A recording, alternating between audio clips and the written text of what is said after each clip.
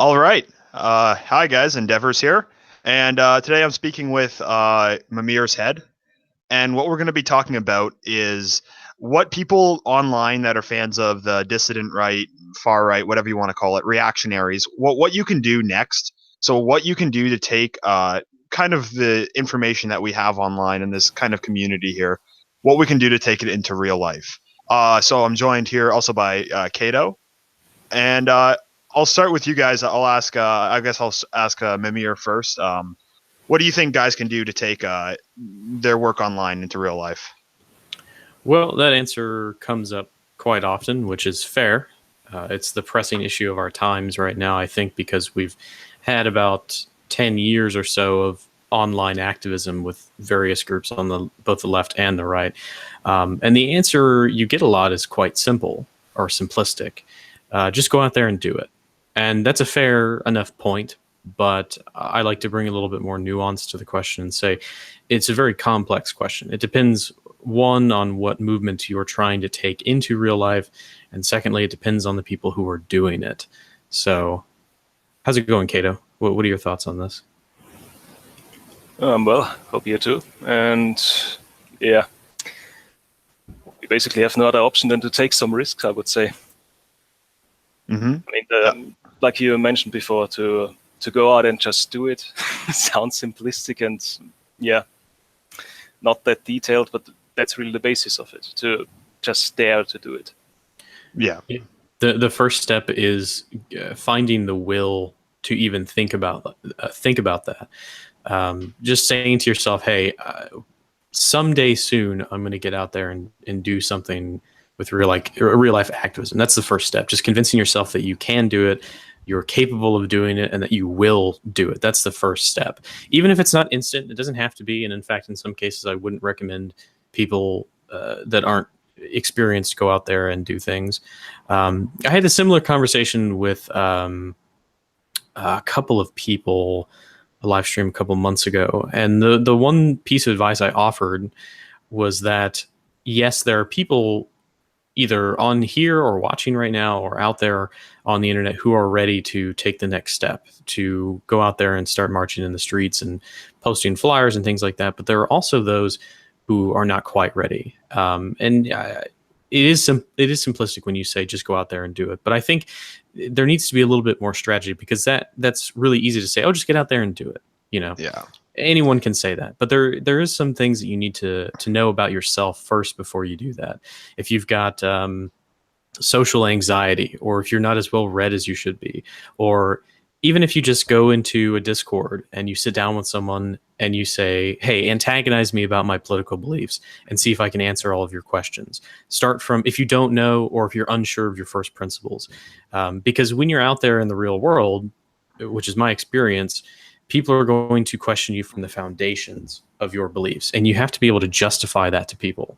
And if you can't do that, you're already starting off on the wrong foot. Because too many times I see people at political rallies or events, and they're trying to have political discussions, but they don't start from first principle.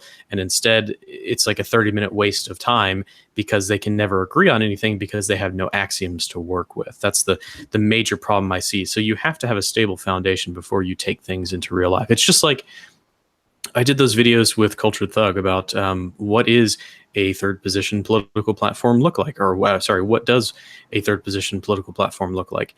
And the first video I did with him was how do we attain power? So if you'd like to hear his thoughts on that, you can go check out that video. But yeah, that's essentially what I think. Yeah, I definitely think that fine-tuning your own beliefs first before you get out there, that's definitely what people need to do. So I mean, I think that you have to be ready before you go out there and do these things. And I think that one good way of getting ready is, just speaking with other people. It could be online or in real life. A service like Discord's really good. Just have some conversations, kind of fine tune your beliefs, really fully understand these things. Read first, and really try to hammer down what it is exactly that you're standing up for. And I think, yeah. Go ahead. Yeah, sorry, just real quick. Keep in mind, all of these things that I'm telling you to do or improve on can be done within 3-4 months if you're really active in figuring out what you believe, and if you're really active about reading things, it doesn't take you 10 years to become you don't have to be a political mastermind. That's the common criticism I get about this advice is, oh, well, you're just playing the long game. No, it just takes a couple of months, but you're never going to know how good a weapon is in combat if you don't try it out first. And if you go out there on the field and you've never trained with it, well, what's going to happen? You're going to get killed. Yeah, exactly. And I think that one thing that people need to do eventually is localization. So look for people online that have similar views to you, and then look for people that are in your area, and maybe start try to start getting together, trying to start having local action. So perhaps start a local Discord server. Get people that seem to have the same cause as you in your area, and try to get them organized, because I think before you have like rallies and stuff like that, you need to be organized, because one thing we want is we want to be able to outnumber Antifa when they show up, and secondly, you got to also make sure that you don't have any liabilities. So the thing is, you don't want another thing that looks like Charlottesville, because I think all of us realize that was very poorly handled. And you want to end up looking your best and being prepared for what's to come. Yes. There's also go ahead. Yeah, there's also the need to not overdo it. I see this a lot with people that believe that they, as you said before, need to study for essentially a decade until they come to a level where they are politically viable, and it's nonsense. You can have very good people that have essentially a basic understanding of things that can do a lot of good work. You don't need to get out there and become essentially a doctor of politics to do what you do. Right. Yeah. So an individual that they could just be like inclined in this certain position. They don't need to have read like dozens of books on it. But it really just depends on how much time you have. If you're planning on being a leader and being and actually producing ideas and producing content, it helps to definitely be well versed in these things. But I do think that just for an average person that they maybe don't want to be like a thought leader or anything, they just but they support the positions. Yeah, I think just having a basic understanding of a lot of right-wing ideas, I think that's all you really need. Well, that's the thing, right? So when I talk about self-reflection when it comes to moving things IRL, you have to understand what you are good at, but you more importantly have to understand what you are bad at. If you're not a good public speaker, if you can't handle being in a room with 500 other people, probably not cut out for politics. But if you're very good at analyzing things or writing books or being a thought leader, then do that. That's not me saying that everyone is going to fill that role, but if you're not comfortable going out into real life, there is something you can still do to help whatever movement you're attached to. Yeah, exactly. Because a lot of movements, even like say the movement of the left, most people on the left aren't these purple-haired SJWs that scream in the megaphone. A lot of them are just these 40-year-old women that support feminism or something like that. They're kind of just casual supporters of this stuff, but they'll still push for this political action. I think it's all right not to have an entire group full of people that are like heavily invested, have read everything about these ideas. I think that you're fine with just getting a group of people that are politically inclined in one direction. Sure. Yeah, and maybe even not. Maybe even people who aren't inclined in your direction, you can still have meetings with them as well. People who may be apolitical at the time, you can still have conversations with them. That's what I do most frequently, is have entry level, baby's first steps into politics with people IRL. Like if I meet someone on the street, or if I'm in like an Uber or a Lyft, if it's long enough, we'll have a little chat. Coworkers and friends and family and things like that. It's very important to grow that circle as much as possible. Kind of test the waters with who you think may be a good ally. Yeah, you see that all the time. You basically have this 99 to 1% split, where you have this 1% basically being full-time revolutionaries, you could say, that actually really push a narrative or political belief. And the rest of the people are not really that much invested. You have a lot of casual bystanders. And it's important to really get them to your side. Yeah. And I think that one way you can do that is you can even reach out to people that aren't necessarily not necessarily reactionary, not necessarily dissident right, but maybe kind of like alt-light type of people. Now, I mean, I have said plenty of times my problems with them, with their political beliefs, but I do think that there's a potential to flip them, because really I find that when you engage with someone that's a conservative but not really a reactionary, once you do some digging, you can really get to the bottom of why their kind of vision for conservatism doesn't really make sense.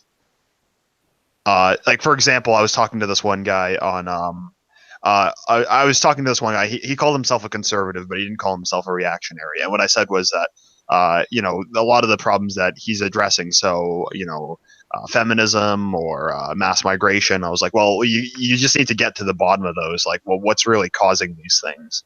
And really getting people to assess, and really getting kind of people that are already right leaning to assess what's really causing the things that the things that are caught that they're upset about, and really getting them to evaluate whether their position really is one that's going to be able to reverse that. Well, this goes to the heart of debate, I would say, especially if you're engaging in real life. It's very easy to play the social dominance hierarchy to your strengths. And if you, I did a video about this, how to, what was it called? How to dominate political discussions, I think. And basically, if you are fairly knowledgeable and your opponent is not as knowledgeable as you, just, pretend like they're your lesser, and sort of dominate the discussion. And they're more likely to bend to your will, so to speak, especially if it's a woman. Yeah. Definitely when you engage in conversations with people that are, not quite as down the rabbit hole as you, I think definitely like trying to lead them along that path. That's definitely how you're going to get people to fully support kind of a far right cause rather than just a general normie conservative cause. It also really comes down to having a good access to people, especially in real life. With most people, you will not really start off with high political talking points. They just say, this has an impact on your daily life. This is something that is going to get worse for you. Think about where this is going and what you can do against it. Just to get those ideas out is already a big thing. Mm-hmm. Yeah, because I definitely think that the mainstream right, I think all of us here probably have a lot of problems with those guys, but we're going to need to reach out to them eventually. We're going to need to get them to flip to more of a reactionary standpoint, because they have all the funding and stuff like that. They have all the political parties, and the thing is that they're not successful in really implementing a system that would be able to push back against the tide of the left. And I think that that's kind of an audience that you're really going to need to tap into, and you're going to need to flip a lot of them in our direction. Well, this is where subversion comes into play. And yes, it is a legitimate political strategy. That's why we're losing currently, because many don't want to engage in it. But if you have a local group of very powerful, sort of, whether you call it alt-light, or if you're in America, a Republican group that has meetings, just go to them. Start to analyze what exactly they talk about, how that interacts with your political views. Get to know people. especially if you're a young person. Lots of these conservative groups are quite old, and they're very happy to see young people attend their meetings. And if you're skilled enough, what you can do, what I have done, is interject your politics into theirs. And eventually you will gain followers to your side to some extent. Just recently, within the past week or so, a group of blue collar workers were shown some of my YouTube videos, and they agree quite heavily with what I said. So now I have like half of a factory watching my content here in real life, which is quite funny. But that kind of thing, you just slip in a little bit of, truth bombs here and there, and eventually people will come to the light. And if you're engaged and involved in that party, not only do you get to know people, but you may get to meet donors. If you become sort of higher ranking within that group, you may get to look at donor lists or voting rolls and registrations. I know a couple of them here where I live. When you walk in the door, you sign a piece of like a sign-in sheet, and then you go and sit down in the meeting hall. You may get access to that, and you'll see people's email addresses, at least their names, perhaps even their phone numbers, and you can begin to network within these conservative groups. And eventually the hope is that you will be able to supplant them and either co-opt the party for your own measures or steal away a whole bunch of support, which isn't exactly optimal to split, right-leaning parties apart, but it's certainly better than the alternative of do nothing. So yes, I definitely think that with a lot of these conservative groups, there's definitely a lot of potential to subvert them and kind of either drag them to a more right-wing position, or to just steal supporters from them, because I find a lot of them, when they're really pushed to justify their beliefs, and a lot of times they have a lot of trouble with it. Like I made a video about Dennis Prager and about Prager University, in which they really just seem to be accepting all the premises that the left has given to them, and they're trying to they're trying to form this kind of incoherent worldview where they support egalitarianism, but they don't want it to go as far as the progressives take it. And I think one thing really to shatter that kind of worldview is ask, well, the assumptions you're making about the world, do you not think that the left is correct if you're making these assumptions? And if you don't think that, maybe you need to kind of change your core principles that you're basing your worldview off of. So I got a question that asked, what is my end game and what do I hope to accomplish? I'd say my end game is the preservation and restoration of a positive European identity, a restoration of a culture, and morality, spirituality, more community, and really just a more positive Western. More positive Western identity, and the preservation of that, and the continuation of the culture and traditions that Western civilization has had. I'd say that's kind of my end game. What's your guys' end game?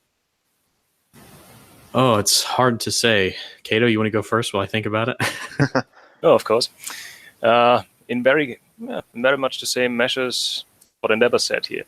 Just to have a rebirth of a healthy self-understanding, a healthy cultural identity of Europeans. That's, in my opinion, the most important thing that we can strive for right now. Yeah.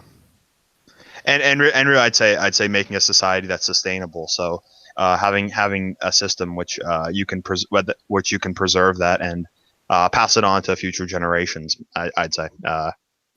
Yes, very important. Well, as we're all idealists here, I hope. Otherwise, we probably wouldn't be having this conversation. But it's hard to say exactly what I want. There are many positive outcomes that I would prefer, but a return, in at the very minimum, a return to traditional thinking instead of critical thinking. this critical theory Marxist nonsense. Even just getting rid of that would be a huge improvement in fixing culture.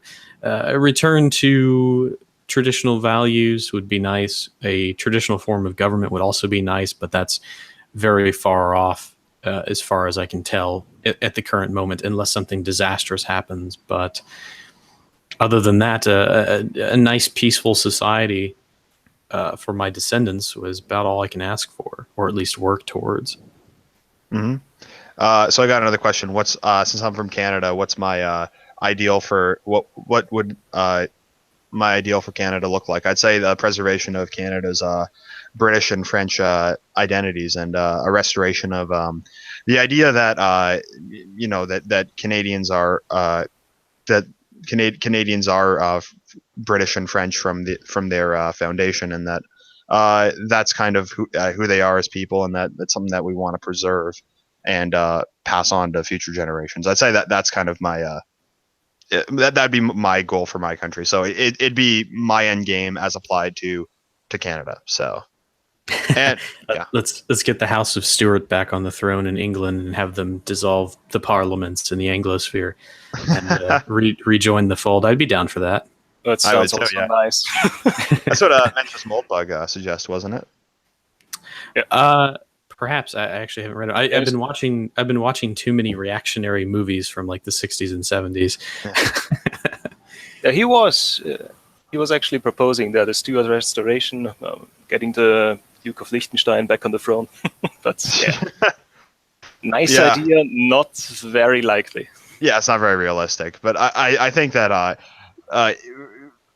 it's good to have an end game, but I also think you need to be working towards it using realistic means. So I definitely think that local political action, kind of in just like creating groups, red pilling people, having local political goals, and I think a lot of this stuff it's all working towards something like that. So and what I think though is you need to work locally for national and international goals. So I think it does help that if wherever you're located, trying to apply these ideas to the local population. So if I'm in Canada, maybe trying to appealing to Canadians and to like that to a British identity, but whereas say you're in Europe, you'd be applying that to whatever European country that you're in. So I don't know if you're in Austria, Cato, then I guess that that's the kind of people you'd be appealing to. I definitely think that knowing your audience and appealing to them is key for people. Is you need to give them something that they relate to. Yes, and what is also important for us as an in-group is really to be a little bit more pragmatic. I'm just making a video on the issue. Will probably be done tomorrow. But it really comes to the point of accepting things that might go only a little bit in your direction, but are at least doable, at least in the realm of possibilities. And because I see that a lot with a lot of the more extreme parts of our movement, where people just go off into complete dreamland and basically have their small group spurks about doing this or that, and it's all completely outlandish and has no context to reality. Yeah, exactly. That's something people need to avoid. Is that you need to? You can have your you can have your goals, you can have your end games, but your action needs to be it needs to be based in reality. So you need to be discussing things that are actually realistic with people and trying to accomplish small goals at one at a time. So, well, there is a time and place for pragmatism and idealism both. When you are in need of, let's see, what's the word? When you need some motivation, it's time. If you're feeling down, it's time for some idealism. But if you're with a group of people and you're trying to hammer out ideas, it's time for pragmatism. But I think there is a healthy balance of both. But the main important thing I think with this is understanding the climate in which you live. Because if you go outside in 10-foot deep snow without snowshoes, you're just going to fall right through and die, basically. So if you go out there and, if you're in let's say you were in a very right-wing state and you go out there waving around communist flags, you're probably not going to do very well, right? You'd be better off going around and talking to people about your basic belief systems and appealing to them on some base level. That's the kind of thing that sets a lot of people off on the dissident right, is, oh, well, you're telling me to censor myself. Yes, I am telling you to censor yourself because not everybody is ready to hear what you have to say. You may be correct. You may be absolutely 100% truthful in every statement you ever make. But if it's not digestible, then a lot of people are going to tune out because of how brainwashed they are. Yeah, so definitely know your audience, and know what red pills they can swallow. So, if it's I mean, say that you're speaking with a 22-year-old guy.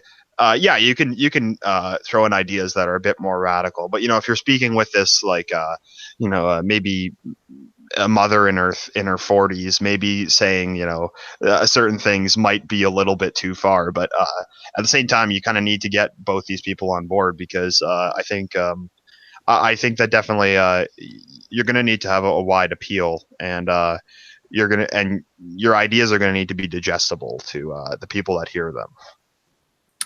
The big problem is a lot of people take that as a sign of, oh, well, I have to give up my principles in order to do what you say. I'm not saying that. Don't give up your principles by any means. But you have to understand that you're not going to get very far if people reject you from the very get-go. Yes. Either that, or it will be such a slow burning kindling that you're never going to get to a bonfire. It's just not going to happen before the wind blows out your little pile of sticks, basically. Kindle. Yeah. And something people have been asking in the chat is about optics. So, and I think that this definitely relates to that. In that, here's the thing: the mainstream media, the SJWs, all those people, they're going to call you these fascist, Nazi, white supremacist, whatever. They're going to call you that anyway. So don't care about them. But the average, a normal person should be able to read that and then look at you and say that's not true. So you want to make it so that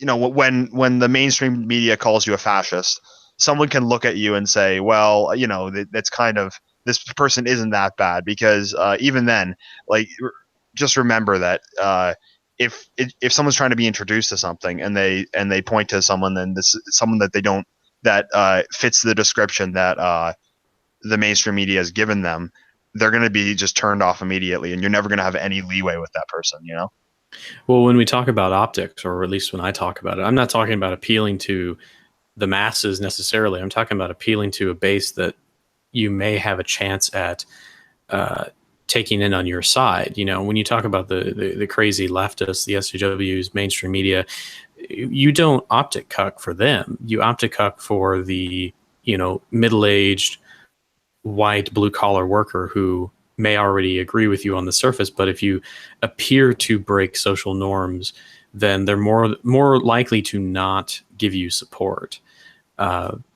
That's essentially what it is. You're not trying to appeal to your enemies necessarily, but you need to appeal to your base, most importantly. Yes, exactly. We see that a lot with with guys going a little bit beyond the bearable, I would say. Especially when it comes to the more, like before mentioned, the middle-aged category, where you have a certain acceptance of social norms, and might be a good idea to be a little bit more edgy and a little bit more into people's faces when it comes to a younger audience. But if you really want to go to the broader part of society that you want to reach, it's not a good idea to make it over dramatic and into people's faces. Yes, exactly. That's why I'm not a fan of Richard Spencer. I mean, I find he's more of a showman, and he's not really effectively communicating a message, in my opinion. I think he's gotten a lot better than he was, let's say maybe 3 or 4 years ago, because he's had to learn that firsthand. But definitely, if you're going to speak at a let's say you're going to speak at a Methodist church, you're certainly not going to go there and give them a Catholic speech, are you? It's not appropriate. They're not going to want to listen to you if they think that you're not one of them, so to speak. So, if you're going to speak with a group of older people, you should probably dress similar to them and try and speak like they do and appear to follow the social norms that they do in order for them to accept you into their in group, at least subconsciously. If you can match their body language or their tone of speaking, things like that, that might be helpful. Yeah, I definitely agree, and I think always, I mean, it's just good. It's just good practice to always just present yourself well. So dress nicely, exercise, be in good shape, and really just present yourself as someone that people would want to listen to and want to be like. Because I find with a lot of the problems is that when you're coming from this from a dissident group, you're going to be labeled like this outcast, this radical. So when you need to, if you present yourself well, it really kind of disarms the initial shock that's really kind of been built up around your position. There are two sides to that coin. It's on one hand, if we take the American theater, very useful when you have those firebrand, let's call them politicians like Patrick Little, showing up and just going all out, basically becoming the new evil bad guy in the woods out there that people can point at. Because at the same time, it makes things a little bit more easier for the more moderate people in our circles. Well, I mean that is true. I think that there is a benefit in kind of being more moderate, but the problem is that if you go too far, then you just immediately will get cut off. So like people just won't want to associate with you altogether. Yeah, that's very true. Yeah. So I think there's a right way to do it. There's a right way to just be to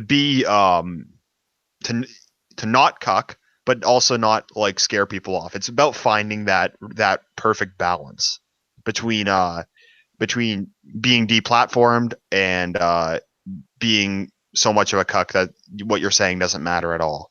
It's about finding that. It's about riding that line and finding that right balance. It really is a thin red line, and I guess that's the most difficult part for all of us to really find that, and it really varies from nation to nation. You cannot do the same thing that you would normally do in Canada or the United States over in Europe, especially not in countries with more strict laws internally like Germany or the United Kingdom. Yeah. So yeah, I think the most important thing is just remember, you don't want to get deplatformed. Don't give them a reason to deplatform you, and if they do, then it should look to an outsider like it was unjust. So it makes that so if you do get deplatformed, make it look like they were doing it for an unjust reason, so it makes them look bad and not you. Yeah, because that's I think that's one of the biggest threats is just being deplatformed and then not being able to express yourself at all. And I think that's something like Charlottesville. It gave people a reason to deplatform, and the left used that pretty effectively. So just remember that whatever you do, you don't want to push it too far. Oh yes. We also need to view it positively, on the other hand, especially cases like Charlottesville, where we had these failures, where we landed on our noses and learned out of it.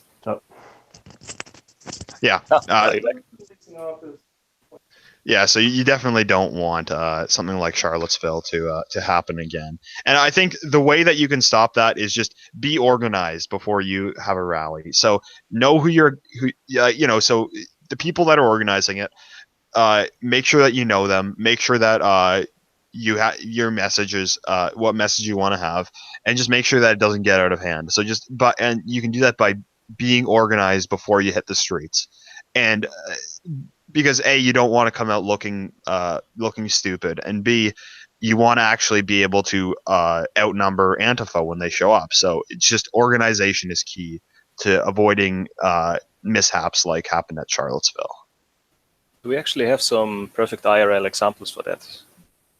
Let's take the usual demonstrations that the identitarian movement does over here in Europe. You have strict rules. So there is a clear list for the language that you use, the things that you do and that you don't do, the things that you wear and that you don't wear. So just when it comes down to symbology or flags that you use, or just how you behave, that's regulated. And if you don't apply to this, you can go back home. And that's really what was not present in Charlottesville, and is, as far as I've seen, never really been present in any demonstrations in the US. Yeah, I agree. I agree with things like that. You want to pick and choose who is going to represent you to the public, and definitely have strict codes like that. So you don't want any fatties, first of all, because those are just meme magic, and you don't want people behaving in certain ways, and you want them to dress well. You want to be presentable, and I find that a lot of European groups do that very well. I don't. Helps. Go ahead. It also really helps against infiltration, because I remember that I was watching the live stream when Charlottesville happened with some friends, and we were just laughing, and I mean really laughing, when we saw some people in LARPy brown shirt memorabilia running around. Yeah. Our first idea was really, oh, okay, either you have your dedicated LARPers, your really dedicated clowns that are somewhere in Dreamworld, or you have agitators. And for the public eye, it doesn't make a difference. It's bad optics either way. Yeah, and I think one thing people need to remember is that we're not going to be treated the same way as the left, because Antifa can go out, they can throw fire bombs, they can riot and all that stuff. They'll get away with it because the media either won't report on it, or they'll spin the narrative so that they'll say it was justified, and they're going to be able to get away with that. If the right does something like that, it'll be on all news outlets. They're going to be talking about how horrible it was for months, and they're going to be using that as a justification to deplatform you from whatever platform it is you're using. So just keep in mind that you're not going to be treated fairly by you're not going to get the same treatment as the left, and that's kind of just something we're going to have to work with. Yeah, completely correct. That's always the main assumption that we need to have with this.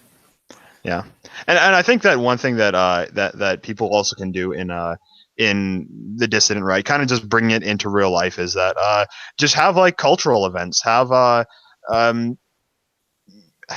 get-togethers, have concerts and stuff like that. And I mean, these things don't need to be overtly political, but as long as they're kind of just as long as they're getting people together and getting them to celebrate a certain cultural aspect, I think that that's definitely a powerful thing, and you know, it's something that you can turn into political action eventually. Yeah, but it's also very useful is to just be more out there, to say it simply, to join normal clubs or associations and talk to the people there, to just be a perfect example that these crazy right-wingers are actually very decent people. I know some of them. Yeah. You can talk to them and they are not as horrible as the media portrays them. As soon as you do that, and I focused on doing that for the last 3 years or so, it's really helpful, because there's a positive association. I even had some leftist friends slowly but continuously coming over to my positions, just because they knew that I was a friendly person that you could actually have a conversation with, that didn't fit the stereotypes. Yeah. One example of something that was in my city was they had a Ukrainian parade. So and I attended their event. I'm not Ukrainian, but they had this great event. You know, they were all dressed in traditional costumes. They had songs. They had a barbecue, and they had all this, you know, great cultural stuff. It was a really great experience, even though I'm not one of them. But interestingly enough, they had a politician there who gave this speech about how they're gonna relate to the Ukrainian community and stuff like that. And granted that this is in Toronto, so this guy's obviously extremely left wing. I guarantee you the same guy is going to turn around and then talk about like white privilege and racism and all this other bullshit. that's a community that you could definitely like. That's an example of something you can definitely appeal to, because that's one that it's a European community. They have a traditional culture, and they're one that definitely has a lot to lose from the left's agenda. So I think that that's definitely an example that of a community that you definitely have access to. So I think just looking for people that your ideas will appeal to, because they're out there, and there's definitely opportunity with them. It's really useful if you get groups like these, for example, to get an advantage point to really work with. As soon as you get something that is relatable to people, where you can actually get the point out there, this is something that is in danger if this keeps going, if you don't get active against those policies or those developments. As soon as you have something like this, you have already the pavement for your work cut out, and it makes the whole thing so much easier. One thing that Frame Games had said on JF's channel was that one thing you could do is if you're in the United States, go to one of these Italian American associations or Irish American associations, because all these people have a lot to lose from from things like mass migration, critical race theory, and all this stuff in the universities. These are communities that have a lot to lose from them, and even though they're never going to say, like in the universities, they won't say Italians are oppressing us. They'll just say white people. But the thing is, the people that that this association represents are white, so they're under attack from that, but not as overtly. But still, the thing is that just kind of getting the message to them that, look, they are like the current political system. It will put you in jeopardy, the current direction that it's going. I think just appealing to different groups that already exist is definitely something that you can have a lot of success with.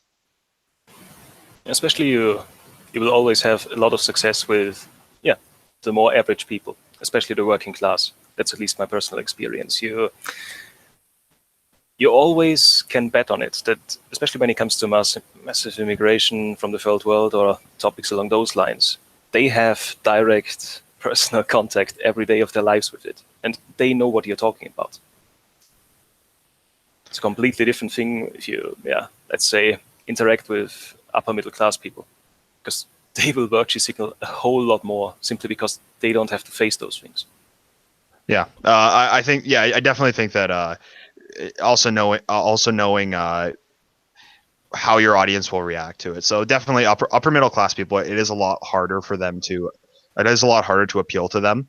I think that one of the reasons for that is because, like you said, that it doesn't really affect them, and they're really not on the they're not on the forefront of things like mass migration. But another thing, the reason that they're harder to appeal to is because they're in positions that adopting these beliefs could have negative repercussions for their careers.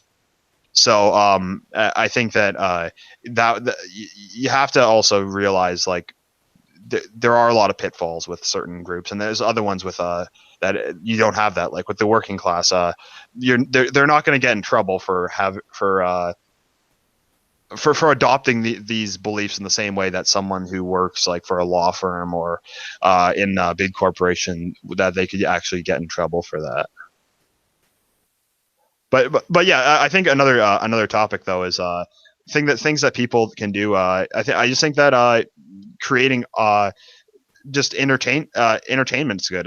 Just like I said earlier, having festivals, stuff like that, and just attending these. I think you definitely have a lot more to reach out to people from, and I guess just try to use them in a way that you can actually direct them politically, I guess. Yeah, the main interest that we should have is basically to get more right-wing ideas in general, more out into the public, into public life as such. Because that's really our main disadvantage that we have, that everything that is sort of reactionary, sort of right-wing, is basically ostracized and portrayed as the big bad. And in the past, we didn't have those issues. You could talk about identity or about self-preservation easily with everybody, just on normal daily occurrence. And that's really what we need to aim for. Yeah, I think that we can do that through destigmatization. It's definitely about trying to destigmatize these views for people that have been raised being told that they're the most horrible thing in the world. So I think that just by like we said earlier, by just presenting yourself nicely, it definitely makes that job a lot easier.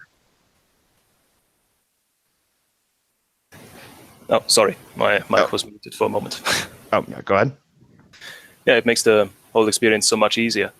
I mean, you see it a lot with, at least those American demonstrations that I was able to see during the last years, where you have a lot of figures that are just outright repulsive. Yeah, there are no other words to describe that. You see these people, you see the symbology, the words, the behavior that they bring along, and you can immediately tell, okay, this will maybe be interesting for your little small in-group, but not for the people that you actually want to reach. Yeah, I think that you want to be able to destigmatize it, and I think that what you can be doing with it, in your community with your kind of group of friends and stuff is trying to destigmatize ideas that would be considered by the mainstream to be off the table. Trying to just like ease them into them by saying, well, these things really aren't that bad. Things like, say, self-preservation, it's not necessarily wrong for you to have in-group preference. It's not wrong for you to want to preserve your own lineage. And really, it's something that it's just pretty much normal throughout the world. It's just extremely stigmatized in the West. If you do that the right way, it's a message that a lot of people can digest. The problem is that if you're doing it in a way that a lot of these people like Richard Spencer are, they're just going to reject it immediately. So when it comes to destigmatization, you have to be very careful with the way that you come across. You don't want to look as if the mainstream media is right about you. Yes.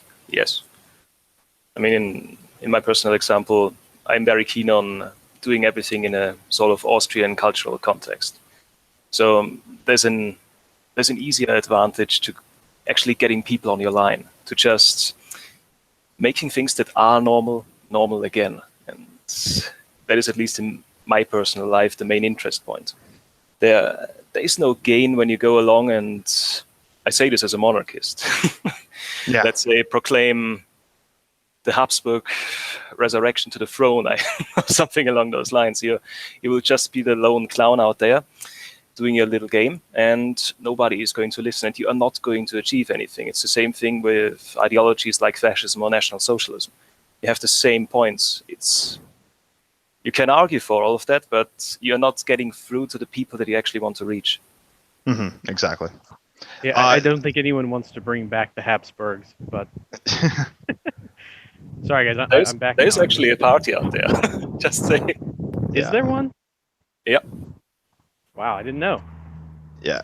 So I got a question in the chat on what's the trade-off between size. So having large size versus small size. We talked about this a bit earlier. I think that the trade-off is that you want, if you're having a demonstration or something, you want to have it that you can regulate it and that you can get people that have good optics out there, that they're behaving correctly, that they look good. That's the trade-off in that respect. With large size, I think that the thing is you need to it can't, if you're going to have a large demonstration, it shouldn't be like, I don't think it should be related to like one specific organization or one specific like person. It should be a lot more general than that, because with that one, if you have a large demonstration, it's a lot easier to just disavow certain things if anything bad happens, and it doesn't like directly reflect on you. Like a good example I'd say was perhaps like the the Free Tommy Robinson demonstration in the UK from last week. I thought that one went well. It didn't go overboard, and they were able to have a general message, which is just be in support of Tommy Robinson without without it anything reflecting badly on any particular person, I'd say. Well, that's the thing with if you're going to have a large demonstration, it's only good for specific things, right? If you're like the Tommy Robinson thing, it's very good to unify people around a cause that's quite simple to get the message out. If it's a specific political party, you run into issues with, like you said, with vetting people and with making sure that everyone is kind of towing the party line. It becomes very unmanageable very quickly the larger it gets. Yeah, exactly. So I think that if you want to do demonstrations, if you want one that's going to be big, make a demonstration against like mass migration, against or if it one against say censorship, or one against something like that. If you want to have a reactionary demonstration, definitely make it small. Vet who you have in there, and make sure that your optics are as good as possible. That's what you need to do. And don't be afraid to turn people away either if they show up, if they're unruly, even if they believe in the same things you do. If they're messing up what you've worked for, then turn them away and denounce them. Oh, you yeah. know, if you have a rabble rouser. Yeah, that's important. So the big problem with Antifa infiltrators is they like to rabble rouse. Well, one thing that people are concerned about is pushing potential allies away from the movement. Well, that doesn't matter so much as making sure that the subversives are physically removed from the premises. Okay. Yeah. I definitely think that there's no problem with kicking people out, because if someone's going to show up with like a swastika or something, just kick them out. I mean, you don't want someone like that, and all that's going to do is just ruin whatever message that you have. So yeah. Yeah, it's unfortunate, but that's just how public perception is at the moment. People they have a really bad reaction to things like that. Besides public perception, you don't get anything out of these people. That's the main problem. They don't have anything to offer to you except being one more body to stand there. And there is certainly a case to be made for, the more people you have alongside you, the better it looks. But at some point, you have to remove the detritus around you and make sure that you look presentable to potential allies rather than the people you already have around you, if that makes sense. Yeah. We're getting a bit of feedback from you, Mimir. Are you outside or something? Yeah, sorry, I am outside. Oh, it's fine. Yeah. So, yeah, guys. The thing is, like, optics really matter. Just you always have to make sure that you come across as someone that people would want to associate with. Yeah. I might be inviting one more guy on here. We'll see if he shows up. But yeah. I think that one thing that people need to do also is start to get your name out. Start to get in connection with a lot of people in your locality. So like one thing that Frame Games had said was that what you can do is say do favors for local businesses. Perhaps like help promote them by making like memes about them or something like that. Just things that help you get positive cred. And I think that a lot of that by doing that, you can definitely just kind of gain friends and perhaps even gain more funding. Well, one of the best things you can do is charity work as well. If you have an organization established, even if it's just 5 guys in a van, go volunteer somewhere, pick up a park, or go to a soup kitchen or something like that. Help a part of your demographic, or at least appear that you're doing a lot of good work for the community. I think that's really important as well. It was one of my favorite things that I think it was Gen Identity that did this. Was they handed out food to homeless people. I think it was in London, but they wrote on it pork dinner. Oh, really? Yeah, it's something funny like that. Yeah. I didn't even catch that. Yeah, but yeah, I definitely think that just gaining good cred with people. Yeah, it's easy to it's easy to gain friends like that, and yeah, it can definitely help you in the future. So yeah, whatever. Like if your group of friends just help some people out, do a favor here or there, and you'll get and you can always get favors in the future for from your community if you try at it. Yeah, what is also very useful is to have a little bit of influence in local parties. So let's say you take your local conservative party and you just become a member. I mean, you don't have to go all out with your personal politics, but just like we talked about before, the networking on itself is already worth a lot. Mm-hmm. I think another thing we need to talk about that we should talk about is what guys can do in their personal life to just advance this stuff. So I think that one thing you can do, one thing you really need to do is, I mean, I don't want to sound like Jordan Peterson here, but work on yourself. So definitely start exercising more, try to eat better, try to get more well versed, find a job, and really kind of work on yourself to make yourself a more effective member of society. Because I think that one thing that I've been very encouraged about is online how people on the right tend to really encourage people to improve themselves. That's really the Right. most Yeah. important. It is the most important part, because if you don't have your own home in order, you'll never be able to make any sense of the world around you.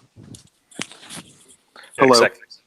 Hello. Oh, well, Sorry. I hope I'm on the phone, so hopefully That's this fine. is not coming up. This is not too poor quality, but I had to spare half an hour, so I decided to stick my nose into this. yeah, sure. Do you have any feedback? Well, it seems to me that we kind of get caught on things that are a little bit too vague, I guess. And I was always trying to sharpen the point around the first and most pertinent thing that's needed for any organization, and that is just a lot of on-the-ground allies for a specific cause. And it seems like that's really the corner people are getting caught on. Not so much, say, organizing something once you have a funding source and once you've just got a huge call list in your local area, right? Yeah. I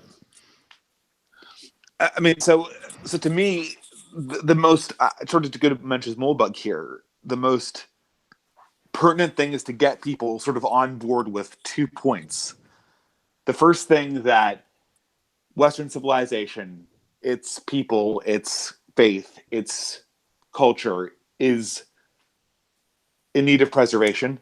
And the second one is the present system does not do that and is pathologically hurting it. Yes, I would agree. Those are the only, but this is the key thing. Those are the only 2 things you need for a political alliance. Yes, I agree. It doesn't matter how neocon they are. It doesn't matter how, if they have crazy ideas about this or that. Once they're there, they're inside some type of reactionary movement. Yeah, I would agree with that. That's kind of the general message that I think you need to have. We were saying earlier that not really everyone that's kind of in a movement needs to have read like dozens of books and stuff on it. I think as long as they kind of just agree with those 2 premises, yeah, it's kind of someone that you already have politically leaning in your direction. And I think that what your appeal to the masses, I guess that's kind of the basic message that you're trying to push.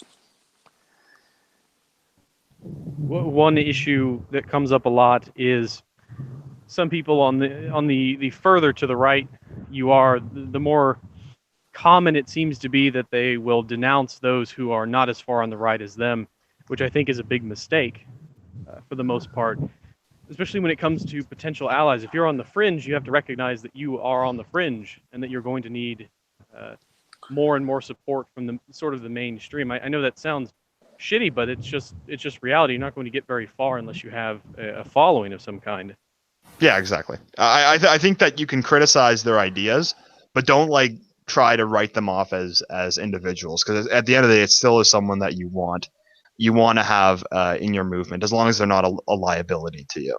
I mean, are we even in a position where we are forming a movement? Right now, I think people are having a hard time even recognizing the people that adhere to those two principles inside the spheres that they operate, right? Yeah. I think that it's kind of a general attitude that's developing, and I'd say it needs to develop into more of a movement. And I'd say that's kind of really I think that's the next step, and I think that by doing that, I think in doing that, go ahead. The question is how, right? The question is how. Oh yeah, I was saying earlier. I think localization, kind of trying to having something that appeals to your local community. That's kind of the way that you can reach out initially, and I think that local action can push national and international goals, I think. And the main point is also that you need to basically create something that is a little bit more, like before said, locally accessible and actually gets things done. Because we will have movements, not one big movement. That's at least how I see it. When we really get to the core of the issue, you need localized national groups that actually push for their personal interests and can agree on some basics with other groups. Can people give an example of that? Go ahead. When you take generation identity, there's a basic pan-European overlayer with the entire group. You have this idea of European identity as a unifier, so to speak. And there are still the local movements. So not just on national basis, Italian, Austrian, German, French, and so on, but also the provinces themselves are very localized. Yeah, that's something I do think they do well. It's that they're in Austria, they're appealing to Austrians. In Britain, they're appealing to the British. I do think that's something that they do very well, and I really think that's kind of what that's what I would like to do personally. I mean, I appeal to the people that are around me in my locality, but then when I'm giving a message to a wider audience, I'd like to have it one that really appeals on a much wider scale. I mean, this is the sort of ideal thing would be to have reactionary organizations that directly had charitable local causes. The difficulty is, I don't know, this is a difficulty. The difficulty is first getting a critical mass of people together and then operating for some local issue. Because I'm not so sure, exactly how viable a reactionary organization is that lobbies for reactionary politics at a local level. I'm not so sure what that would look like. Because what is the reactionary politic at your locality, right? Oftentimes it doesn't exist, right? Well, it depends on what you mean by reactionary. Are you talking about the classical definition of reactionary, which is like a sort of neo-monarchism, or are you talking about just? I'm talking only about the two principles that I mentioned. That's it. Okay, that's more. Yeah, that's much. That's why I started with that. Only the two principles. Do you want to preserve Western civilization, cultural traditions, people, and faith? Do you think that the present system is massively pathological and needs to be radically reset? I know I'm stealing those from Moldbug, but that's what I mean. Now the question is, can you get organizations that are constitutionally committed to those two principles together, and in a way that they're actually accomplishing something? Because it's got to do something at the local level, right? Yeah. It can't just stand for something. I'd say that. Go ahead. Sorry. What I'd say is how you could do that locally would be, if you have a community, it's like, well, do we really want the community to be flooded with a bunch of migrants that they're bringing in from the Middle East? It's like, it's really not good for our community as a whole. And but that's standing for something, though, right? Because that's not a local issue. Well, it definitely will get that locality to oppose those actions. Like I think in Ireland they had a case with that they were trying to dump it was a town of I think it was 200 or something, and they were trying to dump an amount of migrants that were almost the size of the entire town in that town, and the town, and basically the town like all got together, and it was like something like 90-something% of the town opposed that particular action, and I think they were successfully able to prevent that. I haven't checked on it lately. I don't know if it remained like that, but I guess I just have a massively different philosophy about how these things would be effective. Okay. I think what would that the be? issue. Well, the issue is that you're fundamentally sort of reactive, and in the event that you cannot actually push back against the federal government, which will be most of the time, the organizations you've built to do that will immediately dissolve. Yeah. Well, But I mean, you don't want that. You want something that is in continuous operation, even as the federal policy position goes south, which it most likely will, right? I mean, we ideally we want that, but I'm trying to think of like I'm trying to think of. But hold on, go let me ahead. finish, right? Yeah, go ahead. Like the thing is that let's imagine this, right? Let's imagine that you just put those 2 question feelers out to people in your workplace, which is really general. Like a lot of Republicans will fall into that, right? And then you get a reading group together, and then you get a after-school tutoring group together, right? And then you get, then you work on a local issue like substance abuse if you live in the Middle East, which is a huge thing, right? Mm-hmm. Then all of a sudden you walk into a fight on immigration, and you've got 1, 2, 3, 4, 5 political achievements right down there in your local community. That organization is not going away once you lose that federal issue. And in some sense, the federal issues lost becomes a rallying cry, and something that now it becomes viscerally opposed to something that's a fundamental part of the community. Well, I mean, ideally you'd want that, but the thing is, I want to give people suggestions of things that they actually can do personally. I think this is something you can do personally. Okay. The first thing is like, I guess what stops that from being something you can do personally, and organizing against immigration policy at the federal level not something you can do personally? I think there's a I sort of see it in 2 steps. First, if you want to talk about issues, you're probably better off starting off with like an activist group, where you go around, you post flyers, you talk to people, you do demonstrations, kind of what a lot of these pro-European groups are doing right now. And as you gain more and more popularity and people start to support you, you can turn that into a legal political organization that puts up candidates for local office at some point. Now, a lot of groups aren't doing that. I think many of them don't want to get into politics, but neither of those two sides that you mentioned were addressing the side that I thought was important. Which was, now? Well, you said the 2 things you need to do is organize reactionaries, along reactionary ideas, like explicitly one, not like the 2 basic ones, but like, hardcore ideas, and then elect politicians. But those are 2 things that you need mass movements to accomplish, right? No, I'm talking about on just on the local level. And I also talked about earlier co-opting local parties that are similar to your own. In the United States, for example, you should be engaging in your local Republican Party if there is one of any significant size. And eventually you may co-opt followers from that, or you may even take over that local chapter on your own. It's all up to the circumstance. But the big thing is that a lot of people don't want to engage in the system. And if you're talking about why aren't we affecting federal policy, well, that's why. A lot of people see getting into politics as wasted time. Well, it's not. It's about the only thing you can do to change federal policy is to get the politicians you want into there, because the people who are proposing these terrible things like mass migration, they're the ones who have their own politicians in power right now, which is how they're supporting them and getting these policies passed. So I can't tell if you're agreeing or disagreeing with my original point, which was that in order to make those further steps, you need to have a substantive organization that essentially has achievements that are not dependent on some kind of victory at the federal level. It has to have substantive organization achievement and reason to exist that does not depend on that larger federal issue. Because I think we're going to be losing those. Right. No, I was expanding upon that. So when I say you start with activism, you start with winning battles locally.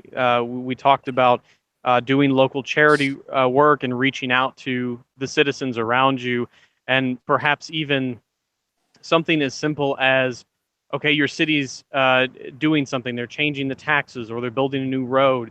You can be an activist and say, hey, we should oppose this because of this, that, and the other. And if you do it correctly, you may gain a following of some kind, and you may actually get something done. But even getting your opinions out there and gaining some credibility with the local populace, I think, is fairly important. The groundwork for that is the most difficult part. It really is, especially in the European. Is it though? No, and that's what needs to be discussed, right? Let me just like make the first thing is to have. Go ahead. In the European context, you have the follow-up effects of World War II. So everything that comes down to in-group interest or preservation of culture and peoples is immediately identified with National Socialism, the Third Reich, and everything that goes along with it.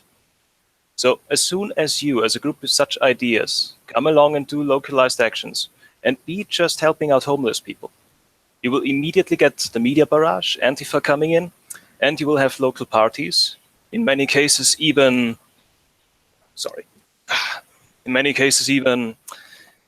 very right-leaning, or at least centrist ones, jumping in on you and destroying everything that you try to do. So the most important part... I think that's an inevitability, though. That's going to happen regardless of how far to the right or left you are. You're going to get labeled as that's this, about that, when and the you need to other. fight.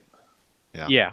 If Antifa tries to come in and smash my after-school reading group, or tutoring society, or substance abuse support group, because it's organized through people that adhere to those two basic principles, then that's the fight I want to have, because I think I can win that fight. Yeah, I think that one way that I find if you're doing something locally, I think you're less likely to have that pressure on you. And I do agree. You want like national goals and you want national organization, but I think that one use is that is going to be the big fish that's going to be targeted by Antifa. You're not going to be targeted. I don't think, at least, you're going to be targeted by Antifa if you're going around speaking with people, working class people. You're going around handing out food to homeless or something like that. I don't think that you're going to have Antifa on you for doing that. Oh no, you will. Well, if you are even slightly to the right of Antifa, they're going to come after you. I've already seen it happen. They will, but experienced it myself just by talking to people, handing out stickers and doing things like this. Right. Simple Even things. just a leaflet saying... If Antifa wants to storm a purely charitable organization that I'm running, then I want to have that fight, and I want to win that fight, because if they can essentially quash that, then we have to go back to the drawing board for any political action. Moreover, the whole point of me bringing up the charitable action thing is to, at the point where you do anything political, to have several accomplishments on your banner, so to speak, that are basically morally unassailable. And at that point, and also to have a mission that extends beyond politics. And at that point, Antifa is going to have a much harder time actually lashing out at that. Right. That's why I said it comes in a couple of steps. You should probably start off achieving things as an activist rather than starting off with a political party necessarily. If you just get out there and start preaching about politics and say, hey, I'm running here and there, you're probably not going to get very far unless you have a lot of money to spend. But yeah, I think you should probably have some accomplishments of some kind before then. Yeah, that's a pretty good idea. Yeah, good point. As soon as you have a recognizable brand in that regard, you can actually do things. I mean, we see that a lot with politicians that have more reactionary ideas that are basically completely unknown and have no chance of ever getting elected in any reasonable manner. I think ahead. we can wait. I think that if people form organizations that are non-political and start developing achievements, I think that Antifa will not win direct assaults on those things, nor will media, if it's done properly. We could actually see that during the Trump election. If it just was during the election of Trump, there were some Antifa actions that were so over the top. and so violent that it really created more resentment than got anything done, and it didn't shut down anything. The interesting part is those were political rallies. Imagine what happens if they storm into like I said, an after-school tutoring group or a food drive charity, right? Yeah, then it really comes down to the media. That's the sad part.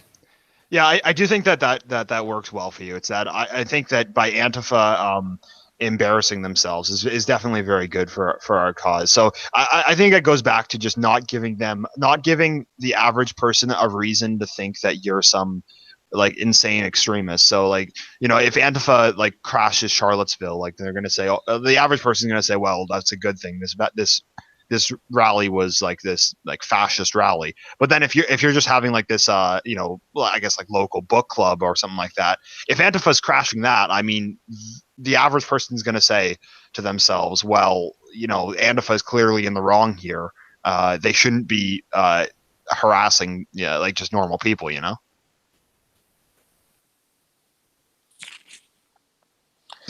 I think that if you can't, if local Knights of Columbus chapter is assaulted by Antifa, and Antifa wins that, then we just have to reevaluate, the political environment that we live under, because at that point you'd essentially have to have secret meetings. Yeah. If your let's say your after school charity reading thing gets disrupted by Antifa, I think it would be important before you just throw the baby out with the bathwater, maybe go around to actual local people and say, hey, did you hear about this? What do you think? And sort of gauge their opinion to what they think. Because, of course, the media is going to parade them around as heroes for disrupting a Nazi book club on campus or whatever. Well, I don't know. I think it would be tough. I think it would be tough for the media to do it. When I said if Antifa can do it, I meant do it and get away with it, right? Yeah. Obviously, sure. Well, they're going to get away with it. Media. Oh, the mainstream media. I'm not so sure, right? Like, who was saying about the 2016 Antifa violence, that they didn't really get away with that in any meaningful sense, right? Yeah. It caused a huge backlash. Yeah, I think that using social media also is with that you need to do it, because the mainstream media is the majority of the time they're either going to say that what Antifa did was justified, or they're going to try to make excuses for it. So I think that using social media to get a more fair picture of Antifa's actions out there and get it to a lot more normie people, I definitely think that's an opportunity there. So if Antifa crashes like your local book club, if you get that message out there that to normal people without the bias from the mainstream media, if you get that message out to them, people are going to think, well, Antifa is clearly in the wrong here. It's always about size with Antifa actions. When you have some big demonstration where they ruin entire parts of cities, that's something that always backfires. When you only have them attacking some small groups of activists, that's something that is not really that impactful, and in my opinion, that's the biggest problem. Yeah. But I mean, at the same time, you can still I think you can still play them up though. I think by using social media to reach out to a more mainstream audience, you can definitely expose Antifa's actions through that way, and I think that's extremely effective. Yeah, that's always very easy. I mean, you don't have to do much to make them look bad. There was, for example, a good opportunity for that just a few weeks back in Austria, where some IG activists were handing out flyers, and a drunk Antifa guy, with a bike lock, came around and wanted to beat them up. Oh, wow. And the police chased him away. So you had this interesting little scenery where the police officially on their social media sided with Generation Identity against these guys.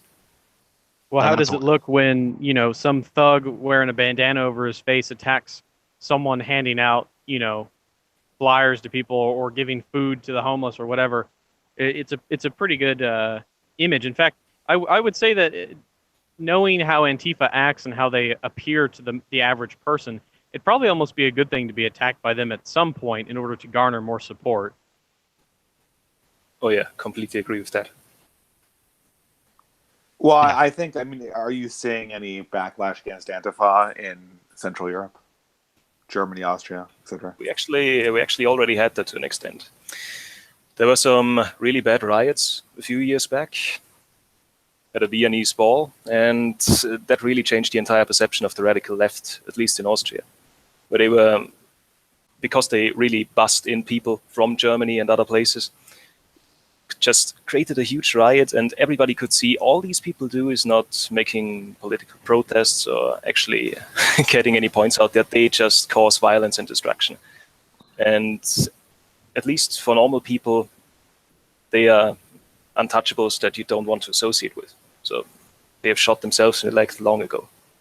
Yeah, I mean, what do you think the average middle-aged mother or father thinks when they see some thug wearing all black smashing up a Starbucks? You know, that's pretty good optics for your side if you're opposing them. Yeah, I think that what you want is you're not going to get a very big backlash against them from progressive media, but I think that individual people watching them, you can definitely get a backlash from them. And that's a really good development that you can get on a basic level, at least in, let's say a populistic sense, because that was what really changed the most things in a positive way in Austria in the last years, where you just had normal people seeing all this insanity, including the migrant wave that we had in 2014, 2015. And that was really the groundwork for not just the Freedom Party, which is supposedly our far-right party, to gain much more support, but also for the Conservative Party to completely change their party line, because it was not longer sustainable to ignore all of those issues and talk them down. Yeah. So yeah, I definitely think that kind of using the left's actions against them and trying to really like expose it to a wider audience, because the thing is, when someone reads the mainstream media, they're not going to get that message. But if you go out to people that and really show them the stuff, I definitely think that you can change their mind definitely in at least to oppose them. And I definitely think from there you can really start to persuade them to maybe adopt more right wing attitudes from that alone. I think you got a chance. Well, we've seen this during the Trump election for the first time in a long time. Sort of the center right actually pushed back against the far left in saying, I mean, look at how much Trump supporters talked about Antifa violence. It was the first time in a long time that I'd seen anyone really talk about it. And I think that was a good thing. I think there's some change coming where people are going to start seeing how violent these groups really are, which is a good thing. Yeah, and I think that's good, but we can't. I think in some sense we have basically right-wing movements and traditionalist movements have relied on insanity from the left a little bit too much. That's definitely for sure. And I think the thing is that sort of caused us to sort of have this very passive attitude about organizing and going like, oh, well, eventually the left will just get so insane that it's going to drive everyone to the right. But I don't think that's really true. I mean, the left will always be insane, but it'll be just a little more insane than the regular zeitgeist allows it to be. So you'll get a constant trickle of people in, but without organization and leadership, that trickle is never going to actually coalesce into anything large enough to drive society in any one direction because of how the Overton window shifts. Very good point. Well, the leftists here, I'm not afraid of them because they're all weak, emasculated fucks. But I agree with everything about that statement in its very inception. The left could be as weak and as emasculated as it wants, and it will still be a terrifying cultural force that will crush you. Oh, sure, and I'm talking about when it comes to actual, in any given area, it's the left as a cultural force worldwide. Yeah, I'm talking about like physical confrontation. A lot of people on the right think that they're going to get into a physical confrontation with Antifa and things are going to go south very quickly. I'm more concerned with how they affect culture, really, and how the left in general has co-opted Western culture more than the physical confrontations that people seem to get into. Yeah. Is anyone here? Sorry, interrupt you, Endeavor. Go ahead. Wait, can I just take this though? Go ahead. Yeah. Yeah. No one here is really afraid of physical confrontation with Antifa, right? I mean, what I get the sense that people are afraid of, right, is that Antifa is going to show up to some event that some event that traditionalists are having that is hard to explain to the outside. They're going to start a big ruckus and force a self-defense response on the part of the traditionalists or right-wingers, which can then be replayed as being violence on the part of them by an unsympathetic media. That's what we're afraid of, right? We're not afraid of actually getting hurt by these people, right? I'd say the biggest threat with Antifa is doxing with them. It's them trying to go after your job. And that they can scare people into not acting, not through like a threat of violence, but through threat of losing their job or their social capital. That's the real threat I see from Antifa. Great, but so very much the same. That's another great point. But it's also very much in the same thing, right? If the optics is good in the initial get together, then Antifa's power evaporates because it's 100% social outrage. Yes, it really brings us back to the point that we talked about before. Wait, as soon as you are, let's say, a respectable part of society, and people can see that and know it, especially in your local area, you have an easy way. Yeah, and I think like what we said before is that if you're if this is a very specific demonstration or event or something that's being put on by a certain organization, vet everyone, be very careful with who you let in, and just be prepared before the thing so that when Antifa shows up, they can't disrupt it. And I'd say that if you're wanting a large rally, like we said before, then just make it very general so that if anything goes wrong, it doesn't really reflect upon any organization or any particular person, I'd say. But what we are saying I agree with you, Endeavor, but I'm gonna kind of push this a little bit. Okay. That statement is equivalent to saying no mass demonstrations. In real world. You can have them as long. I'd say though, don't yeah, but you can't vet everyone in a mass demonstration. Okay, I think we're trying to differentiate and say what actually works. You can have a mass demonstration for a political party, but it's more likely that that's going to go wrong rather than just having one specific event that you're focusing on, where you don't necessarily have to vet people, so to speak. I think that's what we're trying to get to. For example, what I would say is that if you're going to have a mass demonstration, have it be something like in support of Tommy Robinson. Have it be like something like limit immigration. Have it be something like stop censorship on campuses. Something like that. Something that's very general. Something that lots of different people from different political stripes will take part in, and that if anything goes wrong, it doesn't really damage your own reputation. Well, we had the same thing basically in Charlottesville.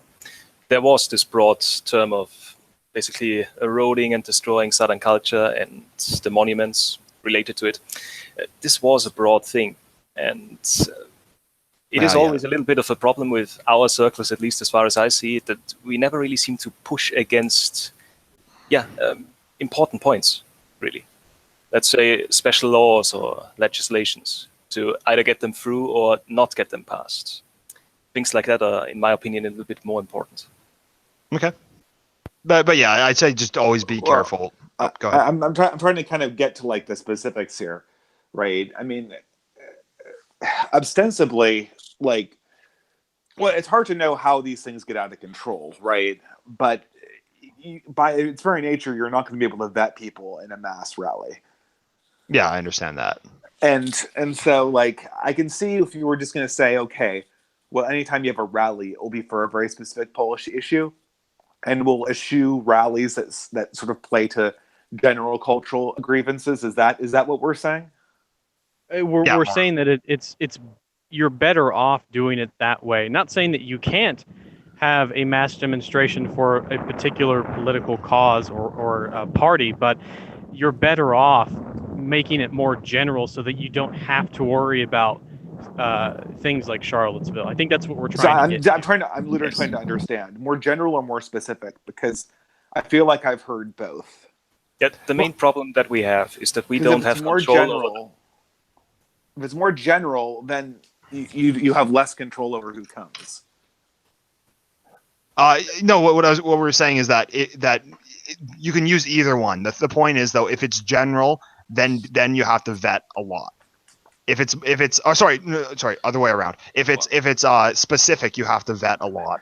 If it's general, then you can have a bigger event. That's what I think. But the general is where the danger is, because if you're not vetting and it's just generally I hate progressives, that's where you get dangers of like crazy people showing up and giving you terrible optics, and Antifa showing up, and then you're in a position where Antifa can dox, hit, and cause all sorts of chaos, and your own self-defense will be used against you.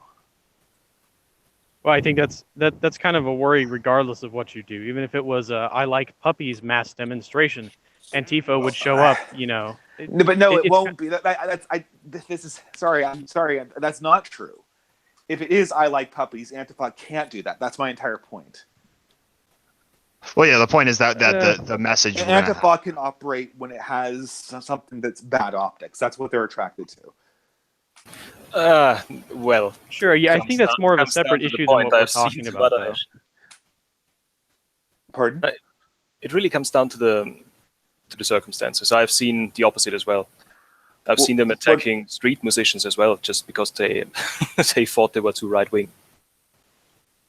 Okay, but I don't know. Perhaps to me, it seems like we're saying both A and not A, and as such, I'm not so sure what we would be recommending to someone who is trying this. Right? If we're saying that it doesn't matter what you do, Antifa is going to be there and media will always take their side, that's not useful, right? To me, we'd have to actually say something. And to me, my case right here is if you have a good optics organization that's doing things that are generally seen as good, Antifa's ability to operate against you is going to be incredibly limited.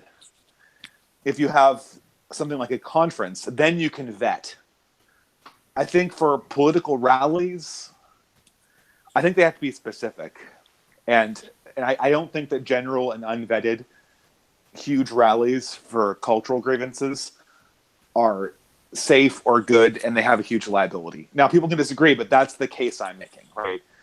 But I think that we should provide some information about how to defend ourselves, right? If we say that, oh, Antifa's got you if you play black or red, that's not really information, if you know what I mean, right? Yeah. I mean, it's hard. It kind of goes back to what I was saying, and it is difficult that they're going to try to frame it in whatever direction, but just don't give them what they want, really. Just don't come across the way that they want to portray you, and then a reasonable person will not agree with Antifa, and that's in that case. I think what we might have been speaking of and not have explicitly said it was perhaps how to build optics in the first place. And if you start off with a mass demonstration for your organization, it's harder to control how you build your optics up.